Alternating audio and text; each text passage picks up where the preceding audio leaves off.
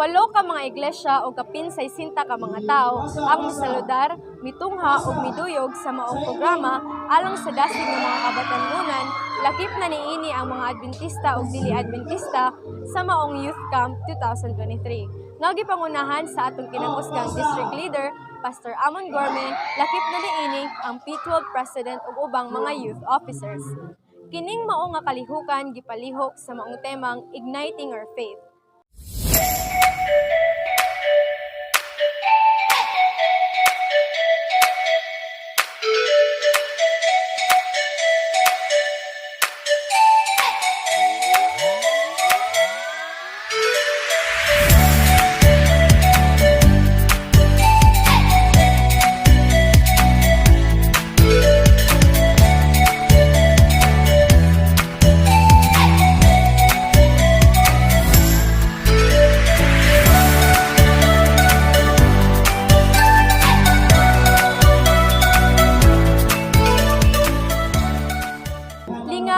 Kadasig ug disiplina ang maong atong mabatnan sa maong kalihukang gipalihok sa mga kabatanunan ug niini adunay nagkalain-laing unit ang girepresentahan ug kini mao ang milkfish, catfish, goldfish, swordfish, bluefin ug lionfish. Gipangunahan ang maong opening sa youth camp sa atong district pastor Amon Gorme. Ato usab na sayran ug nasinati ang bonfire nga mao'y nagsimbolo sa pag-iwag o pagpasidlak sa atong pagtuo ngadto sa atong buhi nga Dios. Sayo pa lang sa kabuntagon, ang mga kabatan-undan andam na nga mosagubang ug mosinati sa mga aktibidades nga ilang pagabuhaton. Lakip niining nga mga bulahaton ang ehersisyo nga gipanguluhan sa mga unit captains. Dayon pagatubang sa mahugaw ug malisod nga yuta nga diin nagpamatuod sa atong kadasigon sa pagsulod sa dalan diha kang Kristo. Ang akong makaistorya niini nga Youth Camp 2023 lingaw gyud kayo siya nga camping.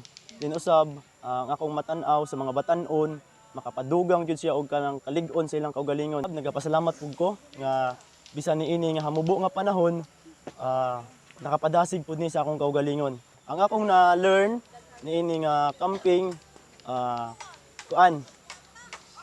kanang naay pagkahiusa usab ilingaw ang camping mga kaigsunan og think positive always. Bisan pa man sa dakong hagit sa pagsulay nga mao ang dili maayong panahon, nagapadayon gihapon ug nagapabilin sa kalig-on ang atong mga campers. Nga gipanguluhan sa atong kinakusgang Camp Master Sir Argel Abelgas. Nga dili na mo hugaw-hugawan ang among pagkalintong sa among pagkatao. Amen? We are servant leaders. We are leaders because we serve. Dili ta mahimong leader kung dili ta kabalo mo serve. Adventist Youth Leadership is a training for us on how to live in this sinful world. Ang pagkikiusa makahatag kanato og lig-on nga pagtuo sa atong buhi nga Dios. Atong ipadayag ang matahong nga gugma diha kang Kristo ug ipaambit pagkamaayo. Ako di ay si Genevieve Bacos gikan sa San Francisco Church. Even though nga ingani ang sitwasyon kanang PWD man ko, and then sa tent ko nagstay usay sa staff house, nag-observe ko sa mga batan-on, kita na ho nga ang ilang kalingaw, unya ang ilang kakapoy sa ilang mga lawas makalimtan ra tungod kay lingaw sila pagayo. So agad tong mga PWD nga sa manaho ug bisan mga himsog, apil ka mo kay tungod kay makakuha mog learnings nga pwede pod ma-apply sa inyong kaugalingon. Ako dahil si Carl David Ronsable from Good An Church. Ang akong ikasulti sa Youth Camp 2023 is lingaw, nga kapoy, nga katugon. Challengeable jud ang camping kay diri na to masuta ang atong pagkahiusa, pagka-team. Dira to masuta ang atong mga behavior nga ipakita. Then ang akong na-learn is dapat mukupot lang ta sa Ginoo. Mo kupot niya og mukuan ta og dakong pagsalig niya kay siya ni hebelo kung sa umalabot mga ugma. Ako, bag-o pa ko na baptize as Adventist, daghan kog mga kabalaka, kakulba, mga pangunahuna nga unsay akong buhaton ani. First time na ako nangapil nga og camping. Dako kog pasalamat sa Ginoo nga nabaptize ko kay nakita sa akong kagalingon ang dakong pagbag-o nga ning barog ko nga lig-on. Ako si Chisada Dawn Emma Gonsha. Ako ang kinamanghuran sa among unit. Akong la-learn sa Manisa Youth Camp, kailangan gajud ta nga mo trust sa atong Ginoo. It's been 2 years mga kaigsuunan and couple of months since the pandemic. Then wala ta nakahimo og ingani nga big gatherings nga activities. So but God is good all the time.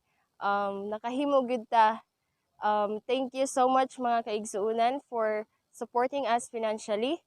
Dili ni namo mahimo kung wala ang inyong suporta.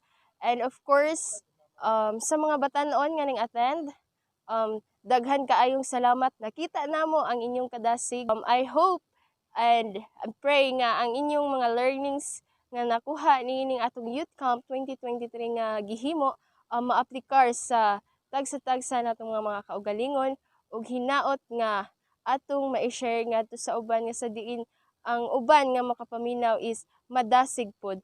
And I would also like to thanks our youth advisors for helping us to organize this activity, and of course to my co-youth officers, daghan kaayong salamat. Kung wala ang atong pagtinabangay, dili kini mahimo og dili kini mahimong successful. Natapos ang atong ginahimo nga Youth Camp 2023 sulod sa 7 ka adlaw og atong nakita nga ang mga kabatanunan madasigon nga misalmot sa maong katiguman og ato sab nakita naobserbahan nga ang mga talento sa atong mga kabatanunan ilang napakita sa buluhaton sa Ginoo. Og ang 7 ka adlaw dili gid igo alang sa mga aktibidades tungod kay nagkulang kini og amo sab nakita ang ilahang kadasig sa pag-apil sa mga buluhaton nga nining katapusan nga mga panahon ila kini magamit ilabi na sa espirituhanon nga bahin silang kinabuhi. Ug ako nagaawhag usab sa mga kabatanunan nga sa sunod pa nga mga katiguman sa manini ato ihusaan sa pagtambong aron nga ang atong espirituhanon nga bahin labi na sa pagpangalagad sa Ginoo moswag kini og balig-on in behalf usab sa iglesia sa Mariag Seventh-day Adventist Church isip pangulo sa maong simbahan.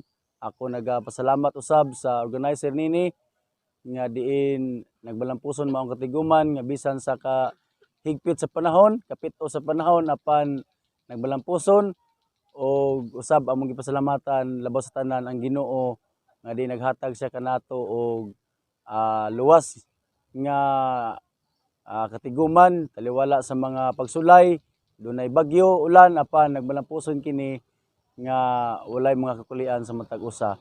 Og usbon nako ginapasalamatan ako ang tanan nga mitambong og dili lamang nini nga panahon kita magakatigom mosalmot sa maong bulaton apan bisan pa man sa pagbalik sa Ginoo magakayusa gyapon kita labi na sa hulat siyang ikaduhang pagbalik.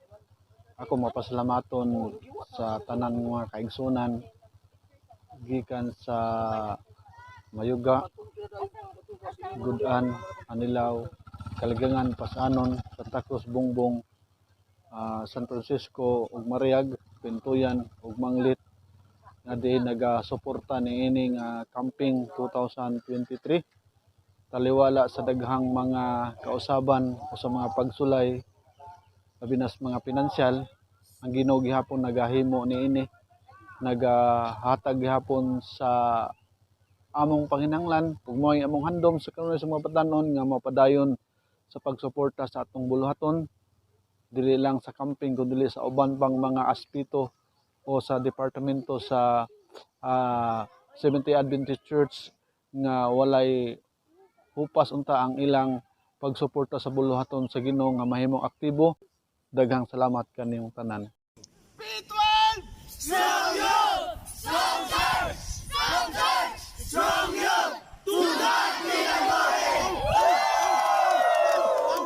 Kini mao ang inyong ubos nga alagad, Zian Amarga, nga nagaingon, let us keep our faith burning.